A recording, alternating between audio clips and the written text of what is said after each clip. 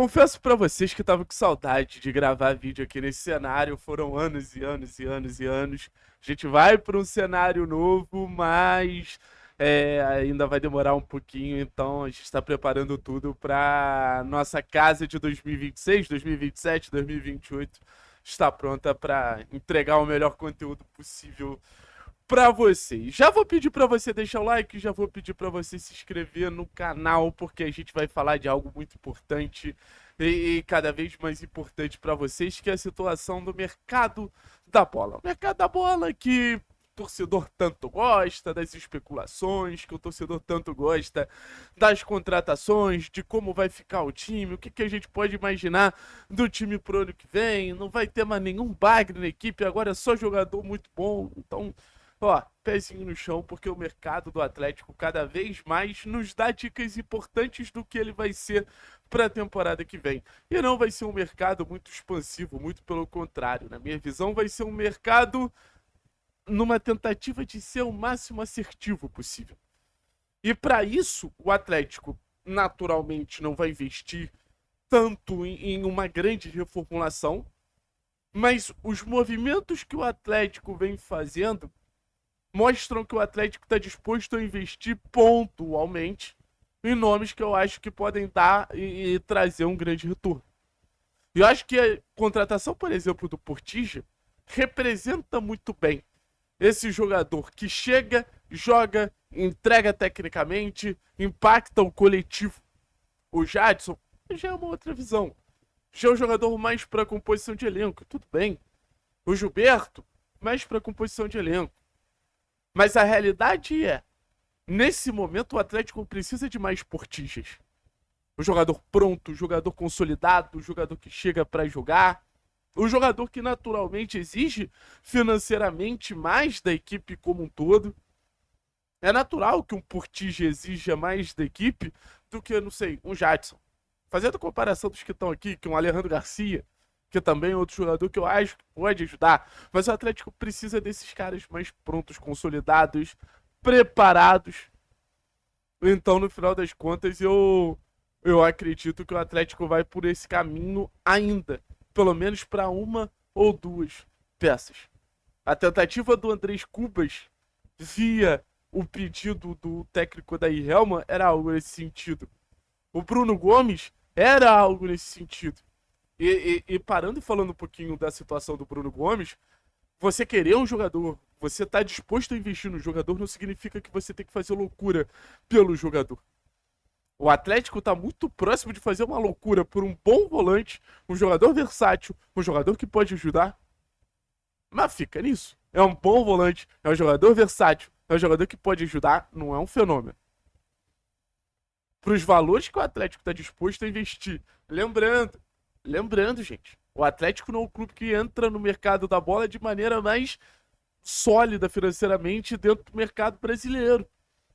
Então, tirar 5 milhões de dólares e botar no jogador, esse jogador precisa de trazer muitas garantias que o Bruno não traz. Mas é legal ver o Atlético aumentando o seu poderio financeiro e é legal ver o Atlético mostrando que não tá no mercado de brincadeira, né? É óbvio que a gente não vai fazer um grande time no sentido de competir financeiramente com os investimentos de Galo, Palmeiras, Flamengo, Corinthians, enfim, é realmente outro patamar. Mas se o Atlético conseguir subir casinhas dentro da própria realidade, acho que o Atlético ele já vai estar numa condição muito, muito, muito, muito legal de exaltar todo o movimento que o Atlético já há algumas temporadas vem fazendo no mercado, é verdade. Se você pegar, por exemplo, o tão falado mercado de 2024 foi de um grande investimento, o mercado do meio do ano, querendo ou não, foi de um grande investimento, e agora a gente também já volta a fazer movimentos financeiros e técnicos mais relevantes, movimentos financeiros e técnicos que impactam o mercado como tudo. Por exemplo, a mobilização que a gente teve de torcedores de outros times falando do Portilla não foi altíssima. E eu acho que pro Atlético ser um clube mais ambicioso no mercado da bola, depende de uma pessoa que vem conseguindo ser fundamental nesse papel de trazer uma seletividade maior pro time do Atlético. E essa pessoa, ela se chama, sabe o quê? Odair Helman. O Odair Helman, ele consegue fazer o que o Cuca não fez pelo Atlético, que é cobrar reforços da diretoria, cobrar reforços relevantes da diretoria. Eu acho que isso o Cuca estava certo de fazer, o Odair está certo de fazer. Só que existe cobrar reforços da diretoria e pedir jogadores irreais para a realidade do clube. O que o Cuca fez foi pedir jogadores irreais para a realidade do Atlético. O que o Odair tá fazendo? Tá cobrando a diretoria, tá aumentando o sarrafo, tá enchendo o saco do Petralha, mas para jogadores que podem chegar, podem jogar, podem impactar, podem aumentar o nível do Atlético, mas de uma forma consciente.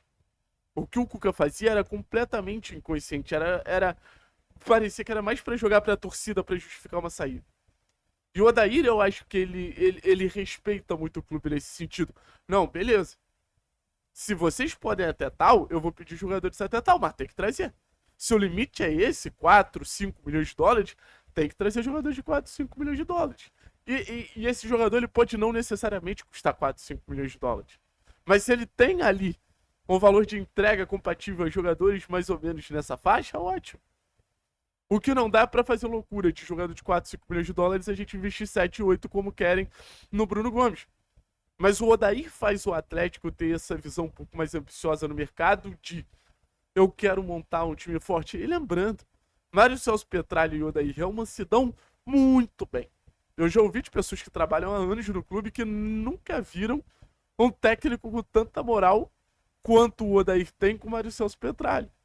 Então você ter esse diálogo, você ter essa capacidade de ver o Odair com esse poder de convencimento, com esse poder de persuasão em cima do Petralha, que é o homem do dinheiro, em cima do Petralha, que é o homem que decide, define, escolhe, cara, é fundamental pra gente ter esse mercado um pouquinho mais agressivo, que é o que o torcedor do Atlético sempre espera, né? Ainda mais vindo de uma Série B, o torcedor do Atlético espera um mercado mais concreto, tentando não enxergar o Atlético atual como um time de Série A, mas enxergando que o Atlético também precisa ser mais compatível ao nível de exigência que existe hoje dentro da competição. E, obviamente, a gente está falando de um nível de exigência alto em relação à diferença técnica que existe da Série A para a Série B, porque a gente sabe que é uma diferença técnica relevante demais. Beleza, minha rapaziada? Então é isso, assim.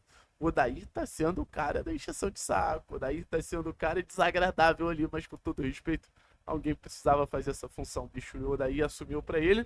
E isso só mostra como eu acho que dá continuidade num trabalho importante, porque o Odair tá demonstrando ambição, porque, de certa forma, ele apostou no Atlético, né? O fato dele ter apostado no Atlético, agora ele quer um Atlético mais forte possível pra ele não se arrepender dessa decisão. Valeu, pessoal. Tamo junto. Forte abraço, é nóis.